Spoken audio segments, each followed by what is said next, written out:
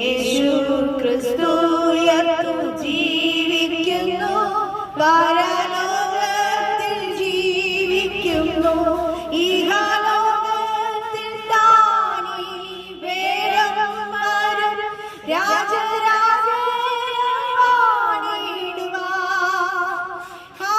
Hallelujah, ജയം hallelujah, യേശു കർത്താവ് ജീവിക്കുന്നു. ഹല്ലേലൂയ, ജയം ഹല്ലേലൂയ, യേശു കർത്താവ് ജീവിക്കുന്നു.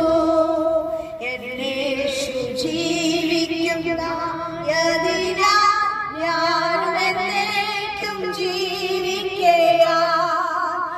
യേശു ജീവിക്കുന്നതിനാൽ ഞാനും എന്നേക്കും ജീവിക്കയാൽ.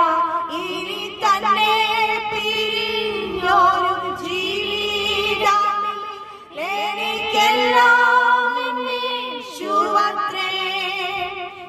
വിവിധ ഭവനങ്ങളിൽ, വീതികളിൽ, വ്യാപാര സ്ഥാപനങ്ങളിലൊക്കെ നിന്ന് ഞങ്ങളെ ശ്രമിക്കുന്ന നല്ലവരും ബഹുമാന്യരും പ്രബുദ്ധരുമായ എല്ലാ ദേശനിവാസികൾക്കും യേശുക്രിസ്തുവിന്റെ ധന്യനാമത്തിൽ ഞങ്ങളുടെ സ്നേഹവന്ദനങ്ങളെ അറിയിക്കുന്നു.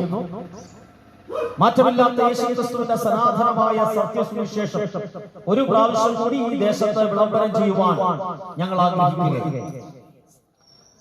ദൈവസൃഷ്ടിയുടെ മകുടമായ മനുഷ്യൻ, ദൈവം ഭൂമിയിലെ സകല ചരാചരങ്ങളെയും സകല വസ്തുവകളെയും ഈ ഭൂമണ്ഡലത്തിലെ സകലത്തെയും ദൈവത്താൽ സൃഷ്ടിക്കപ്പെട്ടതാണ്.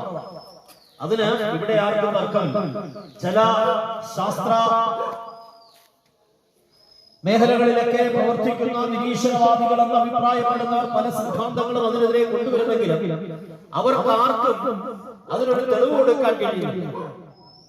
എന്നാൽ വിശുദ്ധ ബൈബിൾ പറയുന്നു, ഈ പ്രപഞ്ചത്തെ മുഴുവൻ സൃഷ്ടിച്ചത് ദൈവമാണ്.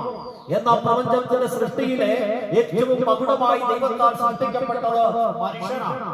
കാരണം മനുഷ്യനെ മാത്രമാണ് ദൈവം തന്റെ ഛായയിലും സ്വരൂപത്തിലും ഒക്കെ സൃഷ്ടിച്ചത്. പക്ഷിമൃഗാദികളെയോ ഇവിടെയുള്ള വസ്തുവകളെയോ ഒന്നും ദൈവം അങ്ങനെ സൃഷ്ടിച്ചില്ല.